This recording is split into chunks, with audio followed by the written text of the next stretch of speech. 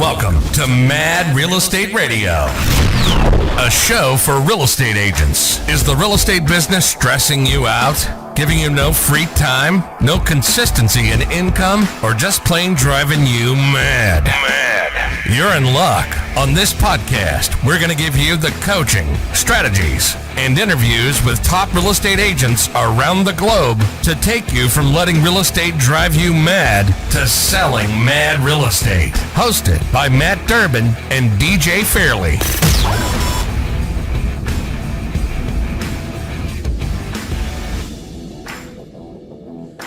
Okay. Episode one, we are live. Let's stop the intro. I like that. So we had some technical difficulties for our first episode, huh? There's a power button in the middle. Yep. So for 30 minutes, we couldn't get these earphones to work until we realized that DJ just had to push the power button. Sometimes it's the little things. The little things help sometimes. So I'm Matt Durbin. This is DJ Fairley, and this is episode one of the Mad Real Estate Radio podcast. Good deal. DJ. So today we're going to give you a little bit of a background on who we are, where we came from, and why we are starting to do a podcast, I guess. More than just kind of having fun, but I guess that's part of it, is everybody's got a podcast now, so why not start a podcast? Why not? Right? So DJ, take us through a little bit of our background. Where'd we meet? How far back you want to start? I guess At the beginning? at the beginning. Met playing football in college. Good old Gannon University. How many years ago was that now? 98? That was 98. 1998. Both you, I got a finance degree. What was yours, accounting? Yeah, accounting. Got out of school. You got into, Clark Construction as an analyst? Mm-hmm. Right? Now you got into actually my very first job was good old boiler room. Yep. Which, looking back, that was one of the best jobs. Even though it was the worst job, it was the best because it gave me a ton of confidence cold calling and being comfortable in uncomfortable situations. Yes. So did that for about 6 months. Never got paid a penny. Hit my 10 deals or whatever it was. And, from there left, went to PNC Bank doing mortgages, selling $5,000 unsecured loans. It was very boring, but got me excited about the bigger picture, which was to become a broker. Saw that at the time I just wanted more freedom, ability to make more income, not have my income capped. And then I think that was about the time I was trying to talk to you a little bit about it. And then from there went to CIT, right? And then CIT. If pigs could fly, right? I sold a lot of loans on that marketing. That was his famous marketing flyer. If pigs could fly. That's right. Right, that was probably a stated, probably no income. It was. All you needed was a heartbeat, and you could get a mortgage. That was what, 2005? Yeah, around 2005, and then I think that was about the time too where then they transferred me to Florida because I was in the DC area with you. You were in that area too, and bounced me to Florida, and then you said, "Hey, if you get $20,000?" You told me if I made $20,000 in a month, we needed money for phones, rent. Get an office. Yeah. Well, I guess you should say I told him that I was going to move to Fort Lauderdale and start a mortgage broker business. Yeah, that was a big step. So you skipped that step. So then I did it, right? Goal accomplished. You made the drive on one night, ended up starting a mortgage brokerage. What was it at the time? Premier, I think? We had like a franchise? Premier Mortgage Funding. Yeah. Yep. That took about a month, I think, to start a mortgage branch in Florida. It was pretty easy. Yeah. There was a reason why the market crashed.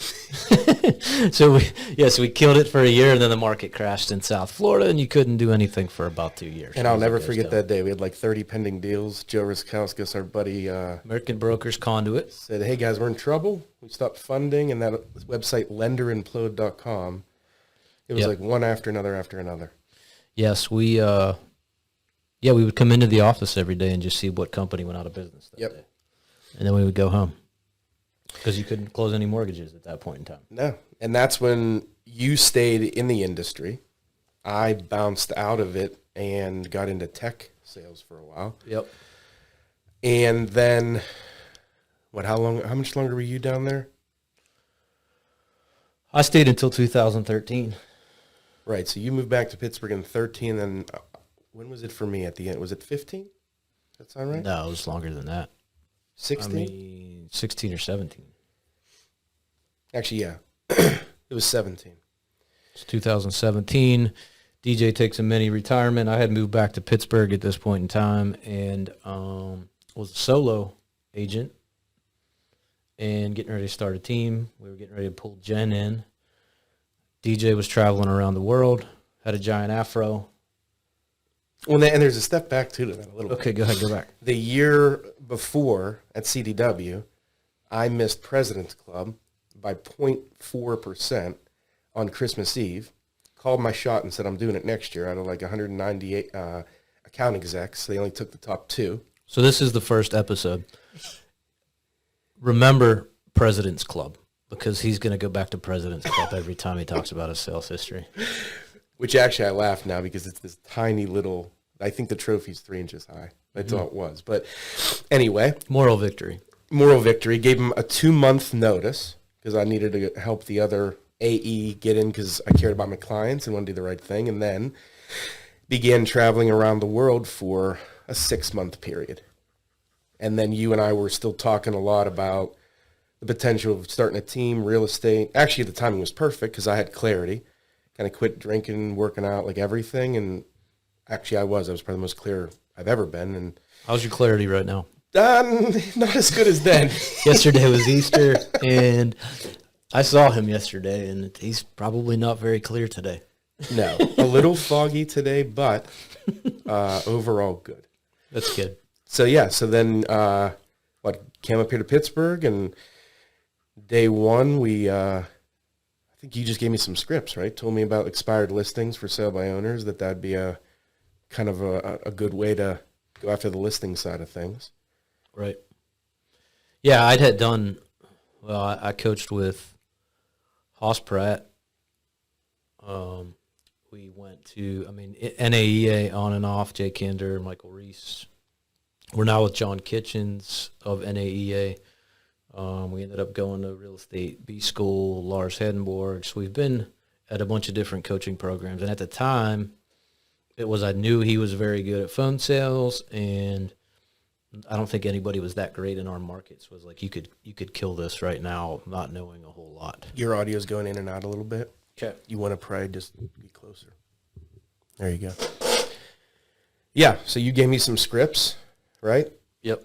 Definitely failed a lot at the beginning, but then I was watching a lot of YouTube videos, actually. Jay had some good older ones. He had listing presentations. He's great on the phone. Then also it was Derek Lipsky. Yep. He's a killer. So just started kind of with that. And then after, I guess the real motivational factor was dating Kate for a short period of time, and then found out that we were going to have a son. Yep. That was a surprise. That changed things for sure. Wonderful surprise, but definitely unforeseen. Yeah. It was an unforeseen circumstance. Called a motivator. Yep. Motivation. How long were you back in Pitt? You were back in Pittsburgh, what, 3 years? Or 3 months? Yeah, 3 months. 3 months. 3 months and baby on board. Yep. So we really had to put things into motion. Pretty quick. So we started building a team around then, and he went from afro and still kind of almost like a hippie lifestyle to baby on the way, and I needed to really get moving, right? Yes. And that's where then the expired started to work. It just honestly gave me, I know we talked about this, but like going to every listing appointment, I'd say to myself, like, I'm not walking out of here without a signed agreement. So, yep. So that was awesome. And then we started rolling a bit more, and then came, I think then the conversation was more, how do we get more time back in our life? Because balancing, Yeah, I think it was just, at that point, it was just money. Right. It wasn't time yet. And then once you get further down the road, so fast forward now, it's 2021, and we should do 200, 225 transactions, maybe 250. We're rolling right now. Things have been good, but things were bad at times too. We did everything. We do everything the hard way. Even setting up this podcast took us 30 minutes to figure out. You just got to hit the on button on the earphones, right? Mm-hmm. So yeah, we're kind of those people that will work harder, but we also will do a lot of things not smarter, harder, but we'll work harder. Well, yeah, and I just feel, I can't believe how much we've learned over the past 4 years, right? And they say, you're also as good as the people you're surrounded by. Between the mentors we have, our group, John, Jay, Al, all those guys, it's just helps to not only get even more confident, but knowing that we have people we can bounce off any of our ideas that have done it, Well, of course. I don't think you grow without having some kind of mentorship and coaching. I think it's damn near impossible. Plus accountability. Absolutely. Well, and then it gives us kind of the joy now too, with having team members that we can give back and help the same way that we're helped. Just be better agents and see them be successful is awesome. Yeah. So just recently here, we decided that we were going to start a podcast, and we were going to kind of roll as we go. So we're going to have some top agent interviews, of course. We're going to cover some specific topics as we go. We're going to have some guest appearances from some of our team members. Who we got a nice little crew of people that we work with, and I think just try to provide some value to the real estate industry, because right now I feel like everybody that we talk to, it's hard right now because obviously you've got limited inventory. So if you're new coming into the real estate industry right now, it's tough, right? Like if you're only working buyers, if you haven't developed any skill set for sellers yet, like it's hard to get stuff under contract right now, especially in our market, probably every market. It sounds like around the country, it sounds like it's difficult. So I think there was, there's a point where it's like, I think we could just, I know we've done everything the wrong way, but we've also learned from that. So I think that we can provide some value, some guidance, what not to do, what to do, how to run a better real estate business, and really how to get out the gate running, as opposed to that first year's always a tough one, and it's even harder, I think, now, right? Well, yeah, even on the seller side, it's crazy. I remember there used to be, I'd say the average was, 7 to 10 expires a day. We're in a market where there is a lot that expires, fortunately, right, for that side of the business. But Tim was looking at it yesterday with me. In the last 3 weeks, there were 4. So 4 in 3 weeks, right? So that's where going back to the old ones right now is huge. And still on the for sale by owner side, just showing them, hey, there is a better path. But yeah, I'm definitely excited to share everything. Well, if anything, save a lot of agents just time, right? We can now tell anybody, here's what not to do. Save them a ton of time for sure, to kind of get to that pillar of success for them more quickly. Right. So what's your skill set? The phone, man. I'm a salesman. The salesman, DJ. But it's, it's funny though. I've always been comfortable on the phone or in person, but in this business, and again, just learning from the greats, it's just helping people find how to get to their goal more quickly, right? It's always the motivation part. And when done well, that's what makes you great. So even the word sales, like I don't feel like I sell anybody anything. I'm just showing them a better path.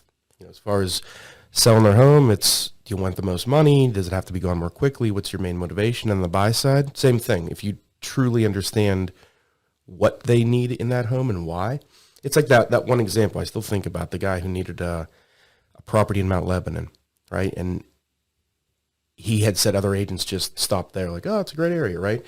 His was the school, and the reason for the school was for the very specific teacher for his daughter who was autistic. So like getting to that point with the, with the client, then at that point there's just trust and knowing like that's the real reason. So I think a lot of people just, it's like commission breath, just hurry up, where you just got to just listen to your client's needs, show them how to get there. Motivation, right? That's it, man. I think that's everything in this business.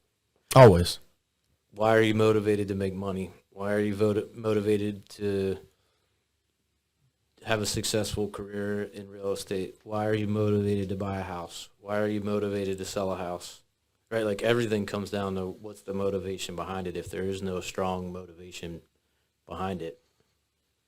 Well, the only other factor that's interesting that I don't think we've ever seen right now on the buy side, with COVID, a lot of individuals who, kept their jobs and didn't spend a lot of money, now there is a lot more, and the markets have been, still doing great, right? Andrea was just telling me that the other day, that she's saying it's just unbelievable, the amount of equity, and a lot of the places still are appraising, right? But their motivation now for a property, you got people that now want land. Land is, right. I'd say, more than ever, right? And we're in an area where there is still quite a bit of land in certain pockets. It's hard to find, though, right now. It is. And that's what I mean. The construction side's booming. Land's tough to find. A lot of folks just want size, right? So that the one we just closed on DuPont, they wanted multiple bedrooms for home office, gym. Two right? home offices. Exactly. Yeah. So two additional bedrooms. Yeah, they ideally needed a 5-bedroom. So think about what you just said. Even if you're, say, a newly married couple and maybe thinking about having kids, if you each need an office, you have your master, maybe another room would be a guest room, right? Yep. You're looking now 4+ all day, where before, 3's good. Now I'd say the more bedrooms, for most people, the better. It's a totally different ball game right now, right? With COVID. Because I think a lot of, and that's that. I talk about this all the time. I think the commercial market is in trouble, especially office space, little strip mall space, places that's gonna you're gonna hold a small business where now they've all realized that they don't actually need to work from the office. So maybe you don't cancel your lease altogether, but you do realize that in 2 years when your lease is up, you only need half the space. So that's amazing you said that. I was just talking to Kate this morning, and she said they work at the... Who's Kate? Because you've mentioned her twice already. And Maverick's mother. Okay. Yeah. Baby mom. They have 3 floors in the PPG building, and they just got the announcement today officially that they're only going to go back 2 days a week. So the new protocol is everybody will be there 2 days. I think it's Monday, Friday. Other 3 work from home. And you got to think, if I'm the one writing the check for that, once that lease is up, I'm not doing the same thing again. Right. That means I'm only utilizing it for 2 days, right? Right. I think that's a lagging indicator for the commercial Has to be. office space market, because you don't see it right now.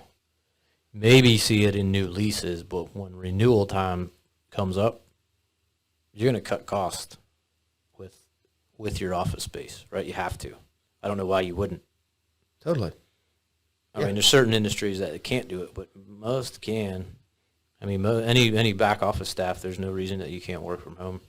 And everybody's finally realized that now, right? Well, even the clients who were here this weekend from Virginia, Kate and Cole, she works for Boeing in IT, and they've officially made the decision that most all IT individual, that's a huge company. So that staff, I'd say 500, maybe 1,000 people, they're all remote now moving forward.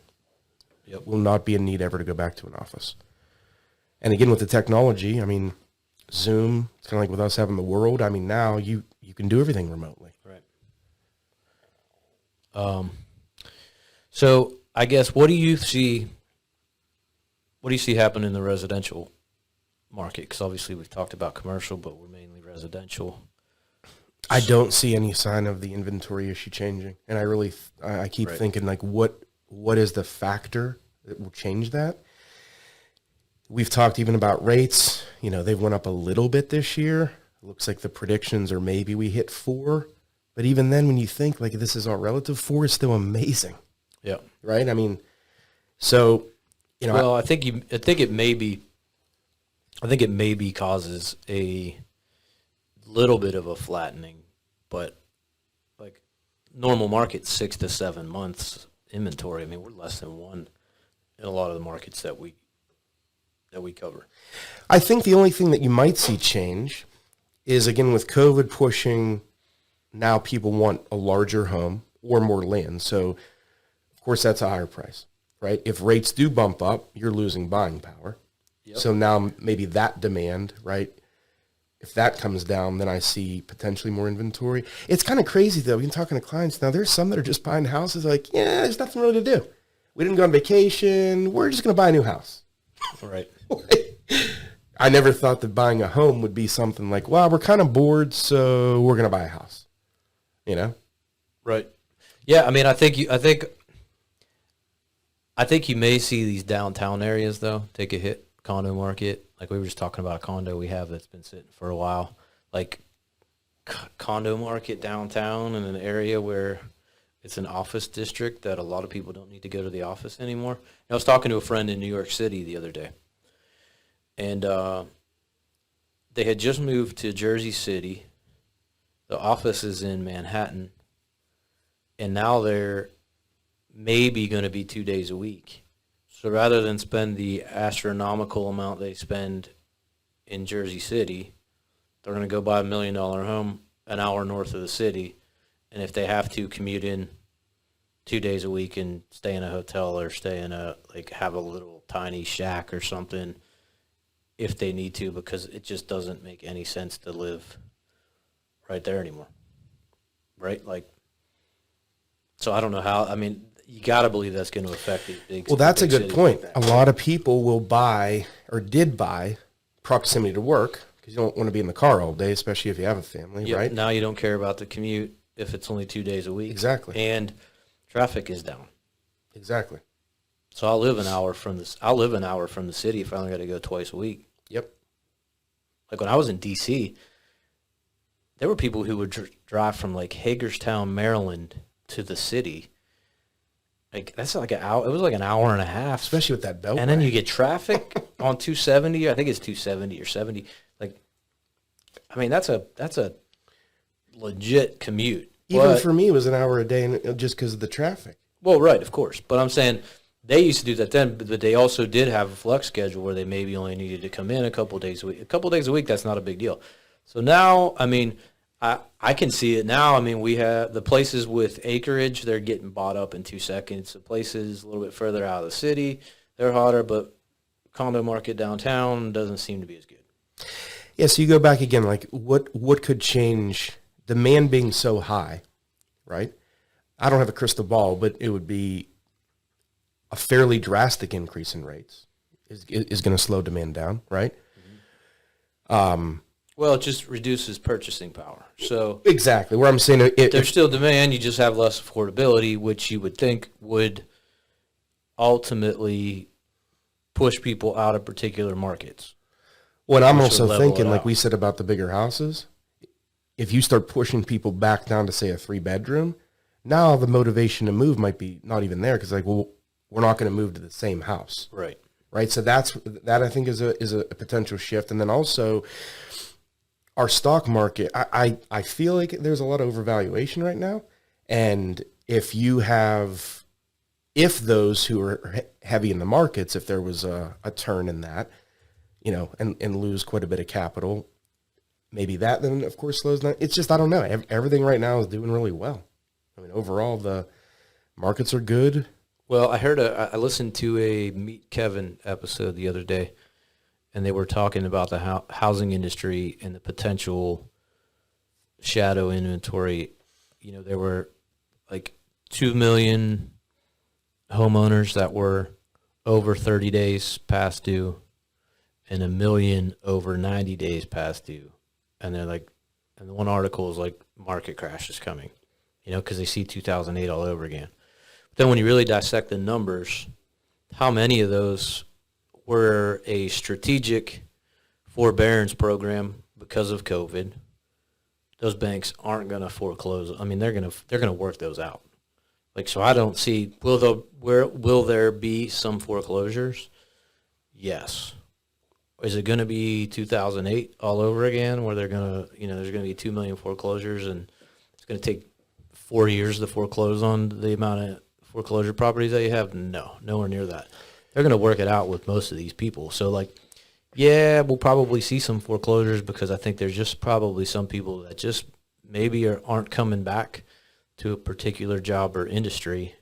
You know, their position maybe just died during COVID and it's never coming back, and maybe they can't make that payment and they're going to have to give it up.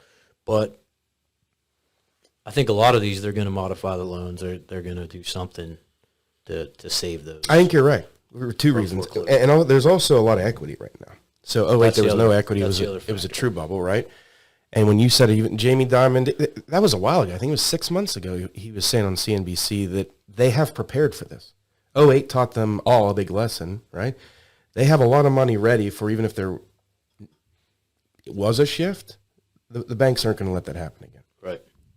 Yeah, I think you have that. Nobody, like 2006, 2005, I remember, I mean, I sold mortgages in D.C. for 14 months, and I had somebody that bought a home and refied in the 14 months I was there and cashed out. Like, in what world should you be doing a cash out refi like 12 months after you just bought a home if you haven't just remodeled the whole thing? That was it. In Florida was worse. So everybody cashed out. Everybody could get 100% financing. The people who are, and that was the other point they made, the people who are refinancing right now are not doing cash out refis. They're doing rate term refis. Exactly. So they're improving their situation. Right. So not only do you have equity, now your payment has just went down. Yep. So there's an improvement in your situation, as opposed to back then, you were probably taking a higher rate to do a cash out refi. You were pulling 95% out of your property, I think you could do then, on a refi, on a cash out. I think it's like 90 now is the max CLTV, but back then you could do 95. Some of them would do 100 financing. Like, it's insanity. That was the funniest one ever. Was the teacher in Florida that did the cash out refi after 6 months and bought a Ferrari. Yeah. Pulled $150,000 out, and that was 100% financing. Yeah. And it's on adjustable. Yeah, it's crazy. Yeah. What else you got? What's going on in our market? What are you seeing day to day? I think when you hinted on it, like on the buyer side, it's tough right now. And I think the main thing is setting the proper expectations with these buyers, understanding, if you're max, that says 225, you probably need to be looking more at those 200s because things are going over asking. Julie, that one property she has listed right now in Upper St. Clair, she just went $100,000 over asking. 100. Yep. And she said it was probably maybe priced about $25K lower. Instead of 675, it should have been a 700. I hear that, and that's just amazing me. And then you ask yourself why. Moving from California here permanently now for a job, but they wanted size. So it has the lot, the square footage. That was the number one thing for them. And with money being the way that it is right now, they said, hey, we can pretty easily afford this. All right, so the buyer side is still hard. Setting the expectations, like we always say, how long are you going to be there? My opinion, too, if you're saying I'm only there a year or two, you maybe shouldn't buy. Yeah, I mean, yeah, exactly. I mean, if you're spending $20,000, $30,000 over asking, and you're going to call me in 12 months to sell your house, you might be bringing a check to closing. I mean, yeah, or you got to be able to build some equity. So you got to buy something that you can make improvements to build some equity. If you need to be out, if there's any chance you're gone in 3 years or less, that should be the move. If you're going somewhere 15 years, this is until your kids are 3 and you're going to be there until they're 18, then it's probably not going to make a hell of a lot of a difference if you pay 5 or 10. So exactly like my scenario, right? My next place I'll be at forever till Maverick is out of high school. I'm not as concerned if I can find the right place and pay a little more right now. It is what it is, Right. So, yeah, that side is tough. Seller side, it's still. I don't believe there's going to be a better time in the future to sell your property and get the most money, right? So that kind of pitch is pretty easy. And that's why I say the older expireds, because a year ago their situation just improved, in my opinion. So if you were trying a year ago and then you just got fed up, and now you revisit it now, it's like, let's just do the math, right? Of course. Does the math make sense? And for your next step for the reason why you wanted to sell. It's funny, the one that Christine showed, the guy up north, cold calling him, saying that we really have some buyers potentially. They saw the property. That one meeting gave him the thought of, because he was trying to go to Florida 2 years ago, that rekindled the whole thing where he's close. He's on like his last interview right now, but he's like, your phone call actually got me and my wife talking about making that dream happen again. And he's like, now, once I get a job, we're listing, we're going. And he said, like, had you not called, we kind of just gave up on that. You know, so I feel like with all those, it's always just going back and just saying, hey, what was the reason? Is that reason still alive? Is it completely gone? Right? Yeah, for a lot of them, the reason they didn't sell is because they couldn't get their price.